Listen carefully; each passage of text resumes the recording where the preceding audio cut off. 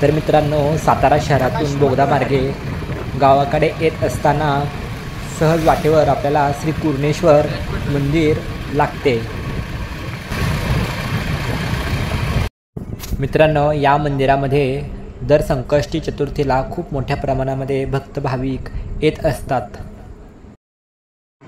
या तीर्थक्षेत्रामध्ये श्री गणरायाचे 2 मंदिरे आपल्याला पाहायला नक्की मिळतात। त्यातीलच हे एक श्री गणरायाचे सुंदर मंदिर।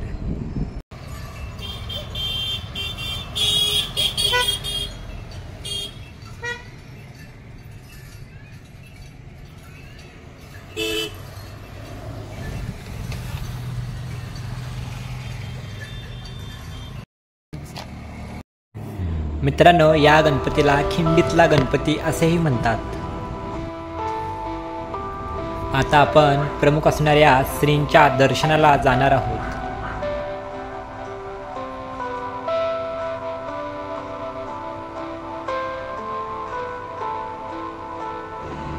मित्रांनो, या मंदिराची खास वैशिष्ट्य म्हणजे हे मंदिर निसर्गसंपन्न अशा वृक्षांच्या सहवासामध्ये वसलेलं आहे।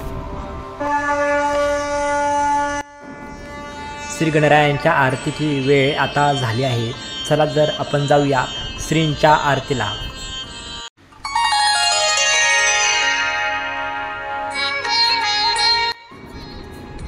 सुंदर अशा वनराईमध्ये हे मंदिर असल्यामुळे येथे वेगवेगळी आयुर्वेदिक झाडे सुद्धा लावण्यात आली आहे।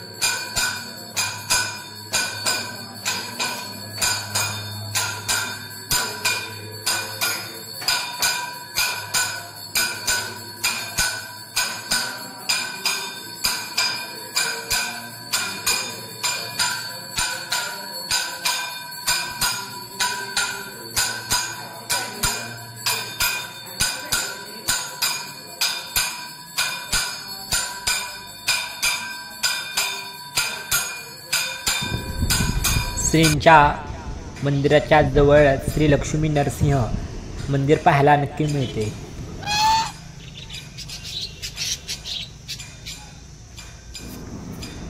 मित्रांनो, या मंदिराच्या जवळ तुम्हाला वेगवेगळे पक्षी पाहायला नक्की मिळतात।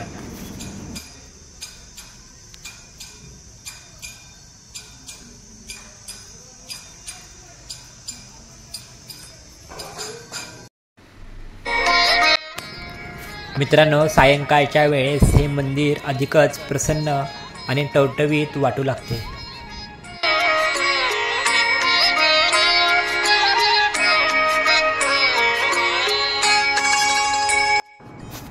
कुरणेश्वर हे तीर्थक्षेत्र देवराई तसेच वेगवेगळ्या आयुर्वेदिक वृक्षांसाठी खूप प्रसिद्ध आहेत।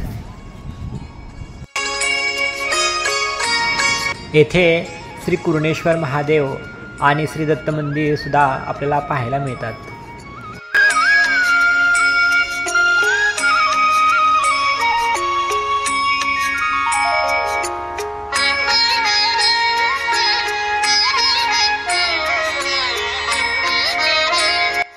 या ठिकाणी उद्यान आणि बगीचे खूपच सुंदर आणि प्रसिद्ध असल्या कारणाने सातारा शहरातील वेगवेगळे भाविक सुद्धा अत्यंत आवर्जून या मंदिराला भेट देत असतात।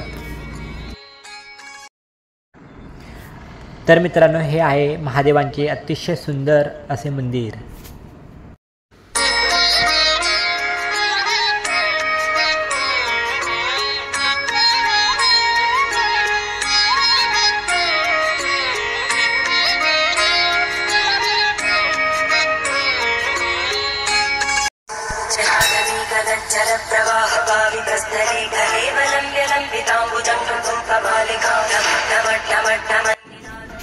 तर मित्रांनो, या मंदिरामध्ये महादेवाची सुंदर अशी पिंड सुद्धा तुम्हाला पाहायला नक्की मिळते।